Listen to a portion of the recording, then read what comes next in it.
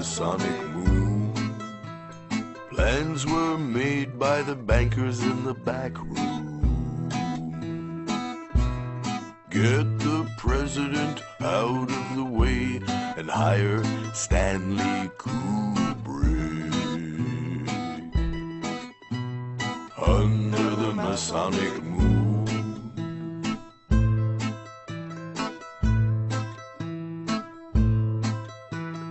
Under the Masonic Moon, everyone hoped that the boys would come home soon. One more day and they'll drop from the plane and splash into the ocean. Under the Masonic Moon.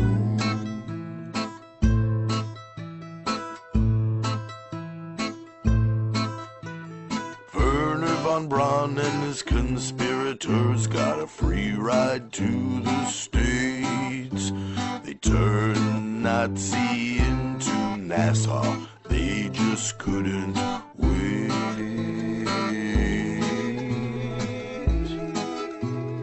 Under the Masonic Moon.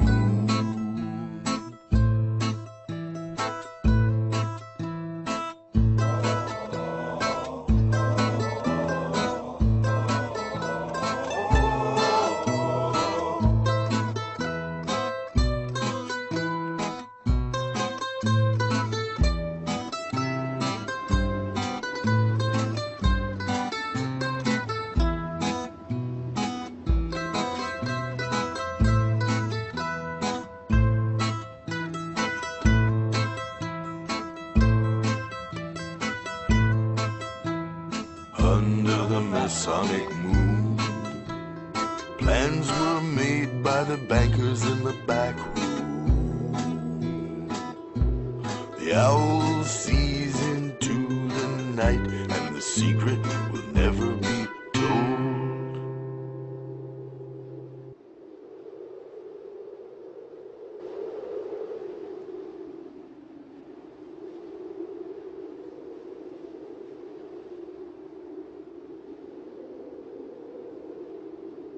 It all started for Stanley Kubrick in late 1963, right before the release of Dr. Strangelove. This Cold War black comedy took the stuffings out of all things that America held sacred. With this one film, Stanley Kubrick rose up to the heights of his filmmaking abilities. And the Pentagon was not happy with Dr. Strangelove and its brutal portrayal of mad, murderous generals and the stumbling bumpkins running the U.S. war machine. In fact, the Pentagon turned Kubrick down when he asked for permission to shoot inside and outside of one of their B-52 bombers. One read of the script of Dr. Strangelove convinced them that this film was going to be dangerous and that Stanley Kubrick might be an agitator artist. The top brass all saw the finished film in early fall of 1963. It was as they expected. The film made fun of the Pentagon, their generals, and their various war plans. But there was something else that struck them about Stanley Kubrick's dark comedy, and that was the scenes both inside and outside the B-52s. Kubrick had pasted together what the interior of a B-52 looked like by taking many separate photos from military magazines and putting them together. The end result was an astonishingly close replica of the actual interior of a B-52. But it was the exterior shot of the B-52 that really excited the boys in the Pentagon. Quaint by today's high-tech special effects standards, Kubrick's exterior shots of the B-52s flying over Russia were absolutely stunning in 1964, especially on the big screen.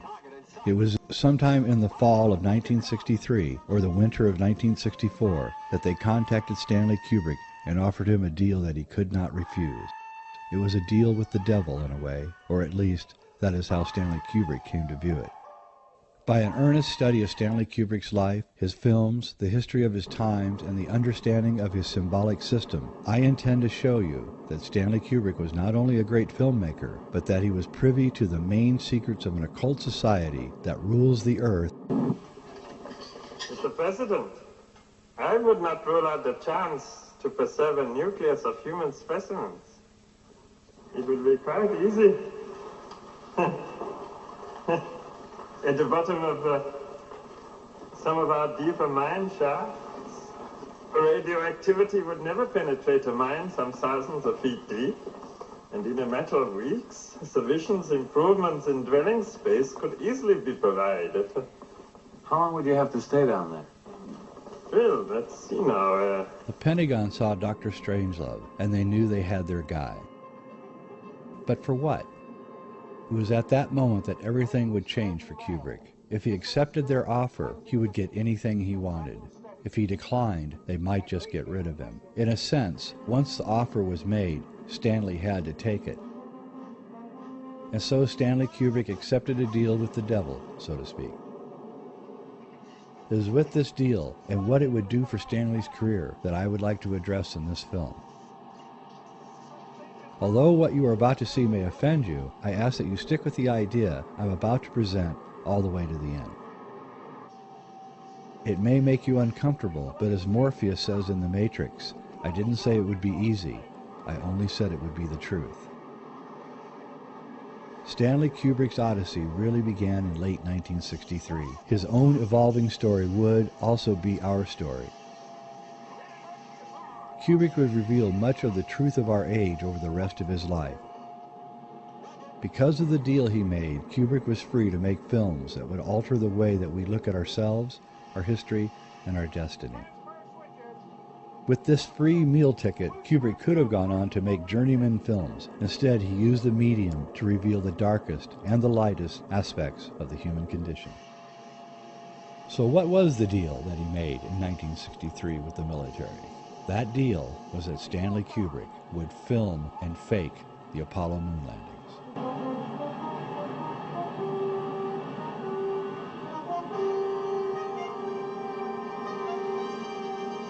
It has now been 40 years since the fabled moon landings by NASA and the Apollo gang. When it comes to the subject of the moon landings, people tend to fall into two belief groups. First group, by far the bigger of the two groups, accepts the fact that NASA successfully landed on the moon 6 times and that 12 human beings have actually walked on the surface of the moon. The second group, though far smaller, is more vocal about their beliefs. This group says that we never went to the moon and that the entire thing was faked. I would like to present a third position on this issue. This third point of view falls somewhere between these two assertions. This third position postulates that humans did go to the moon, but what we saw on TV and in photographs was completely faked. Furthermore, this third position reveals that Stanley Kubrick is the genius who directed the hoaxed landings. In some ways, NASA's position was understandable. We were in the middle of a Cold War with the Soviet Union. Did we really want to show the Russians what we had? In fall 1963, Stanley Kubrick had just finished Dr. Strangelove and was looking to do a science fiction film. Someone in NASA, or the Pentagon, saw what Kubrick had done in Dr. Strangelove with the B-52s, and admiring his artfulness, designated Kubrick as the person best qualified to direct the Apollo moon landings. If he could do that well on a limited budget, what could he do on an unlimited budget? No one knows how the powers that be convinced Kubrick to direct the Apollo landings. Maybe they had compromised Kubrick in some way. Kubrick also had a reputation for being a notoriously nasty negotiator. It would have been interesting to have been a fly on the wall during the negotiations between Kubrick and the Pentagon.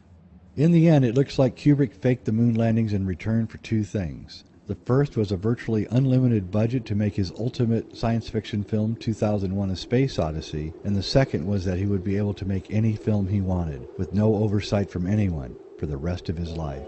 Except for his last film, Eyes Wide Shut, Kubrick got what he wanted. It is uncanny the way that the production of 2001: A Space Odyssey parallels the Apollo program. The film production started in 1964 and went on to the release of 2001: A Space Odyssey in 1968. Meanwhile, the Apollo program also began in 1964 and culminated with the first moon landings on July 20th, 1969. It is also very interesting to note that the scientist Frederick Ordway was working both for NASA and the Apollo program and was also Kubrick's top science advisor for 2001: A Space Odyssey. Once he had negotiated the deal, Stanley got to work. The most pressing problem for Kubrick in 1964 was to figure out how to make the shots on the ground, on the surface of the moon, look realistic. He had to make the scenes look wide open and expansive, like it was really done on the moon, and not in some studio backlot. No one knows how many things he tried, but eventually Kubrick settled on doing the entire thing with a cinematic technique called front screen projection. It is in the use of this cinematic technique that the fingerprints of Kubrick can be seen all over the NASA Apollo photographic and video material.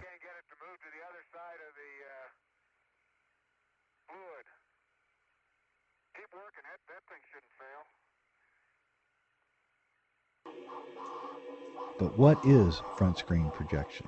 Kubrick did not invent the process, but there is no doubt that he perfected it. Front screen projection is a cinematic device that allows scenes to be projected behind the actors so that it appears in the camera as if the actors are moving around on the set provided by the front screen projection.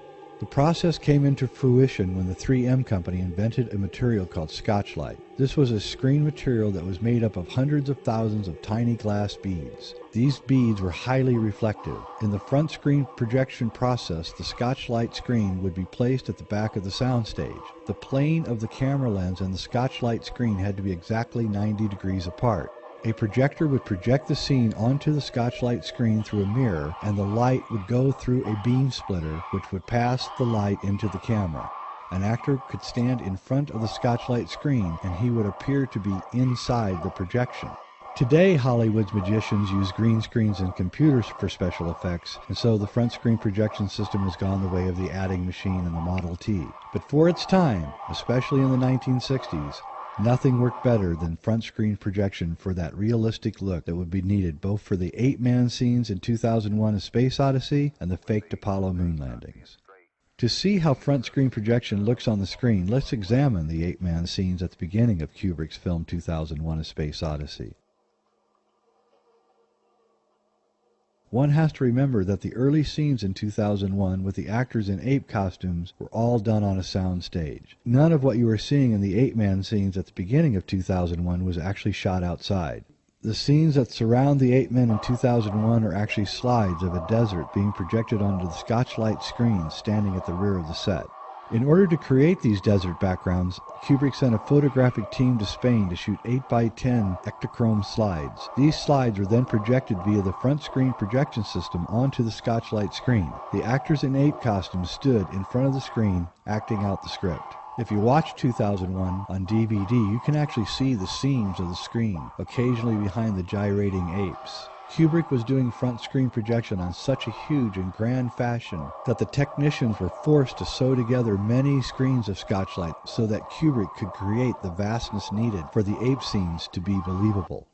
In this scene, taken from an early scene in 2001, you can see the seams in the blue sky if you look closely. This next image is one that I have processed through a graphics program. In this processing, I have increased the gamma and increased the contrast. Now we can clearly see the seams and the stitching of the Scotchlite front projection screen in the sky. To get the perspective correct, one has to realize that the Scotchlite screen is right behind the rocky outcropping set, which was built on a soundstage. The lines on the screen are the flaws in the Scotchlite screen. These flaws in the screen give the sky a peculiar geometry when the image is properly processed to reveal the front projection Scotchlite screen. Let's show another example. Here is a scene from the waterhole scene from 2001. This is the same image, but again with the gamma and contrast increased. While watching 2001, with the scenes of the 8 men, one can begin to see the telltale fingerprints that always reveal when the front projection screen system is used. It should be emphasized that the sets that surround the 8 men in the movie are real. Those are real rocks, whether papier-mâché or real, that surround the 8 men. But behind the fabricated rocks on the set, the desert scene is being projected via the front screen projector. One of the ways that you can tell the front screen system is being used is that the bottom horizon line between the actual set and the background Scotchlite screen has to be blocked. Kubrick strategically located rocks and other things near the bottom of the scene in order to hide the projection screen. In other words, the camera and the viewers would see the bottom of the background projection screen if it were not blocked in some fashion. As part of the trick, it becomes necessary to place things in between the screen and the set to hide the bottom of the screen.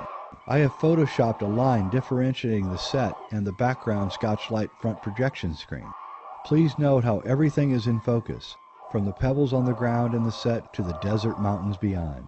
You will see that hiding the bottom of the Scotch-Light screen is always being done when the front screen projection system is being used in 2001: A Space Odyssey. Hiding the screen is one of the fingerprints. It is evidence of its use.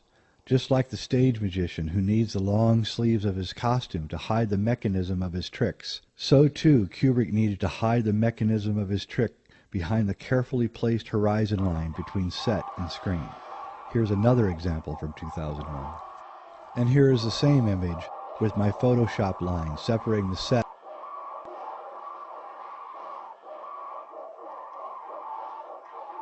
As you will see before this film is finished, this same fingerprint, this same evidence is clearly seen in all of the NASA Apollo stills and video images. It is this fingerprint that reveals not only that NASA faked the Apollo missions, but how they faked them.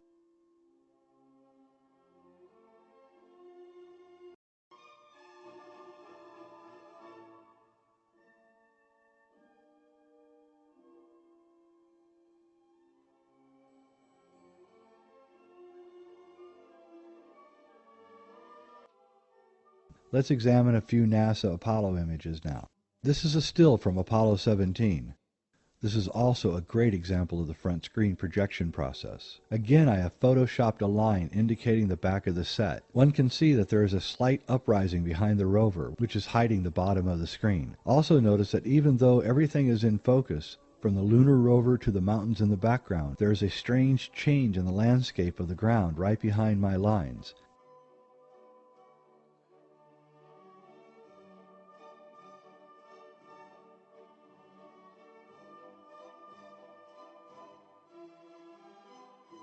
This is because the photo of the mountains being used on the front projection system has a slightly different ground texture than the set. As we go on, we will see that this fingerprint is also consistent throughout the Apollo images. Here's another Apollo image. Now here is my version where I show the line between the set and the screen. Again, notice the texture of the ground changes right behind my line. Now let's go to some more Apollo images. We can see that the same thing occurs here as in the 8-man scenes in 2001. There is always a line separating the set from the screen. Even if you do not see it at first, it will become apparent as one grows more familiar with the front screen projection process and how it is being used to fake the astronauts standing on the lunar surface. Go to any NASA site like www.apolloarchive.com and start looking for yourself. Not all lunar surface shots are using the process. Sometimes the astronauts are just standing on the set with a completely and suspicious black background. The early missions, Apollo 11 and 12, used the front screen projection system only when they had to. But as the missions went on and they had to look better, Kubrick began to perfect the process. Although you can see the front screen projection process on every mission, the seriously revealing images are in the later missions, particularly Apollo 14, 15, 16, and, my favorite, 17. Here are a few from Apollo 17. The astronaut is driving the lunar rover parallel to the screen, and the rover is only 3 or 4 feet away from the Scotchlight. Please note how the tire treads just lead to nowhere. Actually, they are going to the edge of the set. In this one, the astronaut is about 6 feet in front of the Scotchlight screen. Please note how everything is in focus, from the rocks and pebbles close to the camera all the way to the crystal clear mountain behind the astronaut. As we shall see, even that is impossible. Also, please note the other telltale evidence that permeates the Apollo images. There is a stark difference in the ground texture between the set and what is being projected onto the screen. You can almost count the number of small rocks, and the granularity of the ground is clearly seen on the set. But once we get to the screen on the other side of my line, this granularity disappears. This next image is a slick little piece of work. When first viewed, one is sure that they are looking across the vast, unbroken lunar surface from beginning to end. With the Earth rising, it is truly a stunning shot. But sure enough, close examination reveals the set screen line once again. Again, please note the change in the texture of the ground immediately on each side of the line. The little pebbles and dust just seem to disappear behind my line. Former NASA consultant Richard Hoagland has examined many of the photos of the Apollo landings, examining the photographic record of the Apollo missions and processing Apollo images through various graphic programs. Hoagland has discovered geometries in the sky surrounding the astronauts on the moon. Extraordinary. I mean, mind-blowing extraordinary. This is a close-up. We see the hills. We see just hints that something is not quite right in the sky. And when you scan it and simply turn up the gain, turn up the brightness, there, all over the sky, is a stunning set of geometry. Glass-like, semi-transparent, scattering geometry, scattering blue light, which tells us that it must be fine particles, fine stuff, very micron size, with various imperfections, holes, sparkles, the whole 9 yards. This is what Ken caught them painting out in the LRL, because everyone knows you can't see stars from the moon. The bright things were not stars. They were shining bits of glass scattering sunlight. Apollo scenes. This may have been one of the reasons to release 2001 a year before the Apollo 11 landing. By creating a slow-motion environment in 2001, the audience would then accept the slow-motion environment being portrayed in the Apollo footage. There is one thing that I'm sure of. Some part of Stanley Kubrick wanted everyone to know what he had done, and that is why he left behind clues that would explain who did it and how.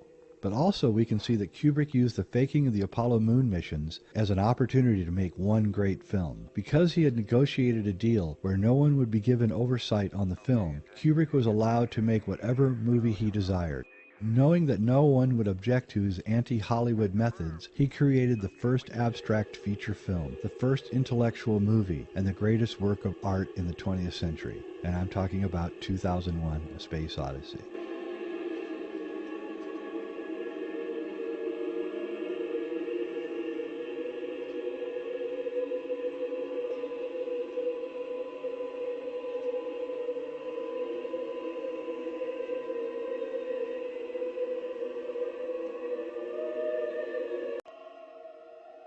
One has to wonder, what kind of help did they give Stanley, and for what price?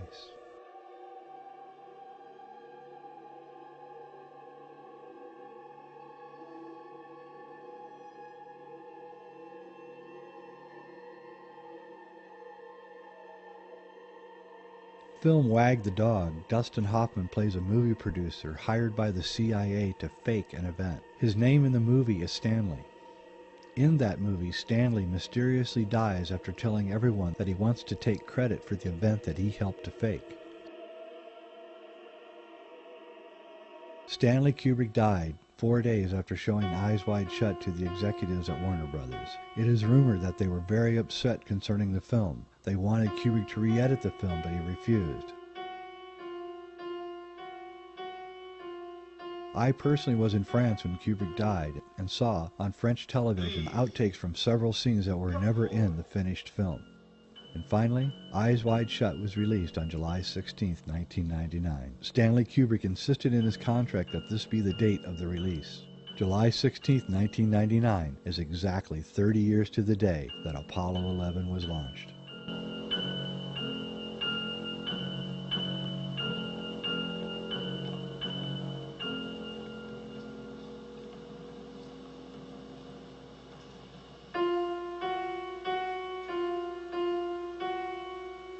May I have the password, please? Fidelio. That's right, sir. That is the password for admittance. But may I ask, what is the password for the house?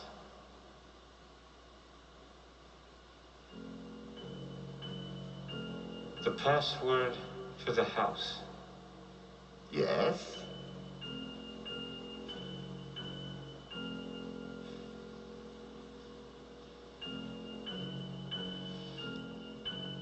I'm sorry, Kubrick faking the Apollo moon landing for NASA is really outrageous, and surely someone would have talked, someone would have said something. You would think that Kubrick would have told somebody something. And of course, we know he never did. Or did he? And that's where I'm going to go next, because I'm going to show you that in fact Kubrick made a film which described the ordeal of faking the Apollo moon landing. Because overtly explaining that he was involved in the faking of the Apollo moon landings would probably cost him his life, Stanley chose a vehicle to describe what he went through to fake the Apollo moon landings. And I'm about to show you that that vehicle was the film The Shining.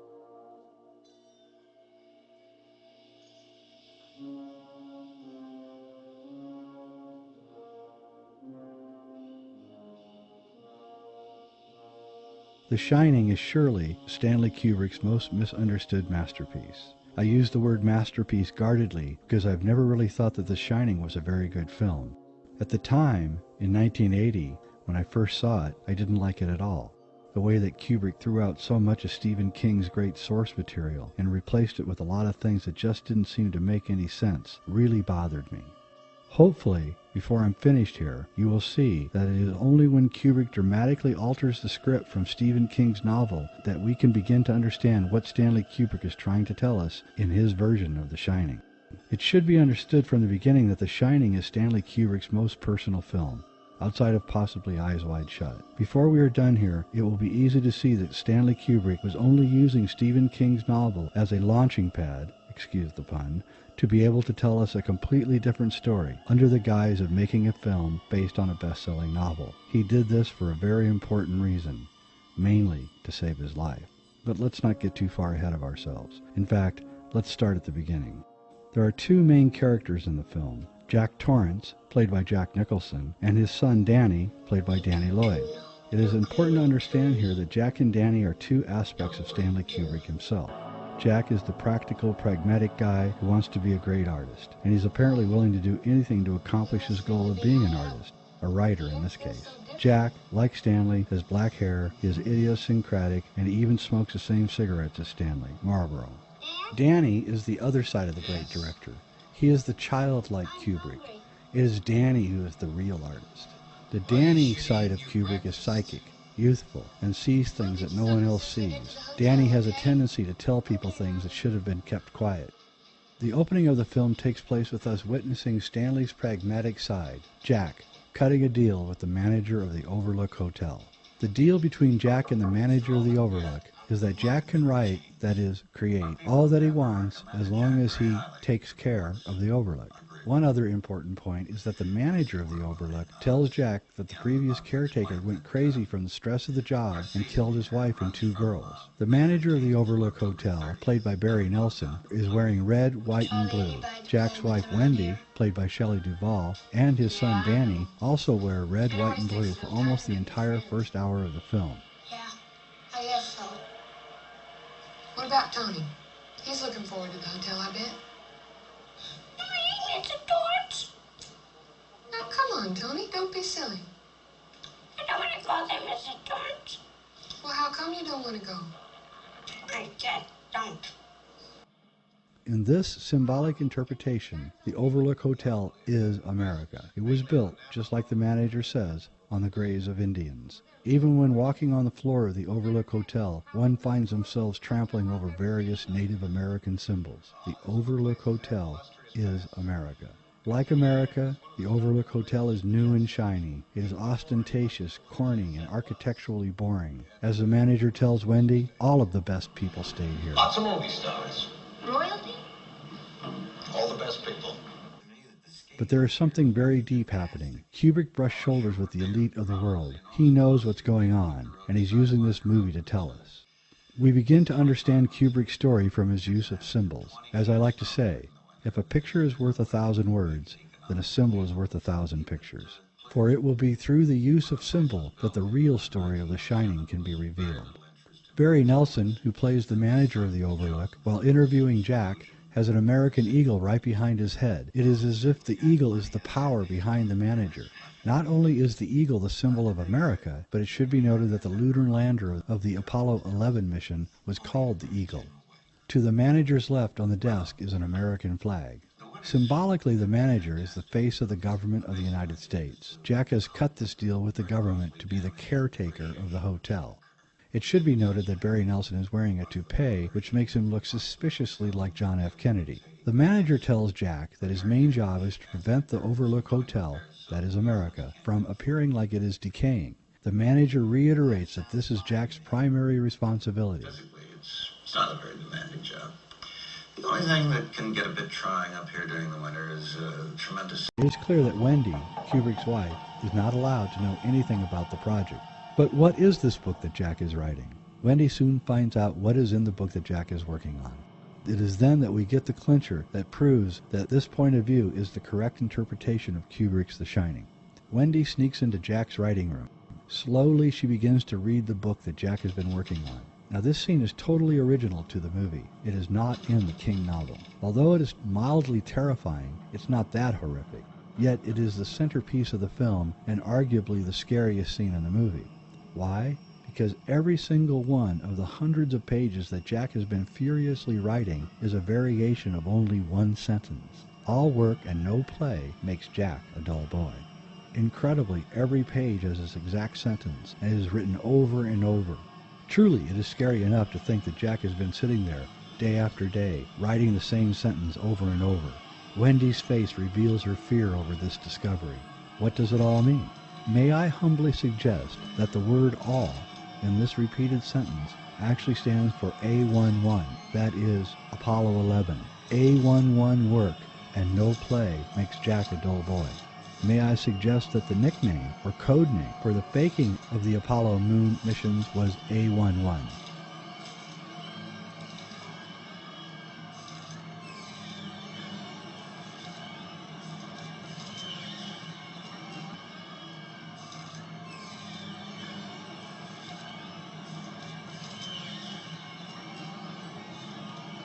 Accepting that this is true, we can see what Stanley is really telling us. Apollo 11 work and no play makes Jack, Kubrick, a dull boy. If you think that I'm stretching things here, I would like to point out the patch that NASA had created to symbolize the Apollo program.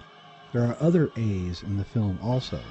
The Overlook Hotel has several A's built into its construction when viewed from the outside. Stanley has used these A's before. Here is the cover of A Clockwork Orange, with Alex menacingly coming out of the A with his all-seeing eye cufflink. It is clear that the evidence presented in the film that Kubrick's wife, Shelley Duvall, had discovered that he, Stanley Kubrick, had made a secret deal with the manager of the Overlook, i.e. with the rulers of the USA. Shelley Duvall, i.e. Christiana Kubrick, also discovered that what she thought was one thing actually turned out to be another. What Mrs. Kubrick discovered was that instead of making a science fiction film called 2001: A Space Odyssey, her husband was really working to create the fake Apollo moon landings. At this point, the film gets really interesting. Frightened by this revelation, Wendy wants Jack, Stanley, to quit the project.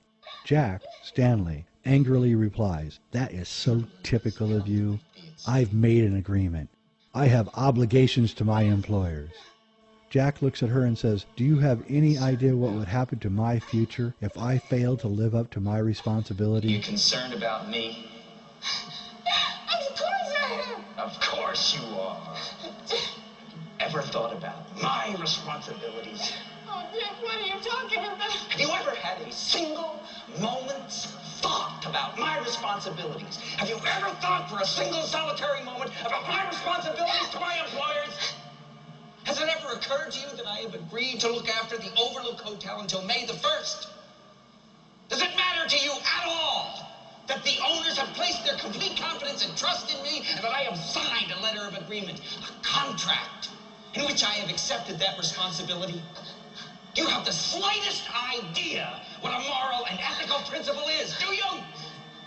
Has it ever occurred to you what would happen to my future if I were to fail to live up to my responsibilities? Has it ever occurred to you?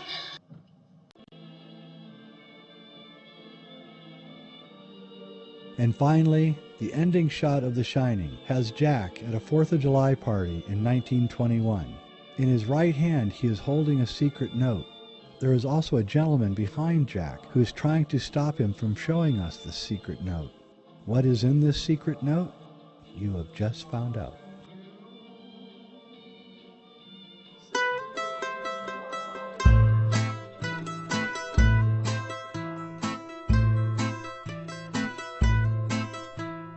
Under the Masonic Moon, plans were made by the bankers in the back room. get the president out of the way and hire Stanley Kubrick. Under the Masonic Moon.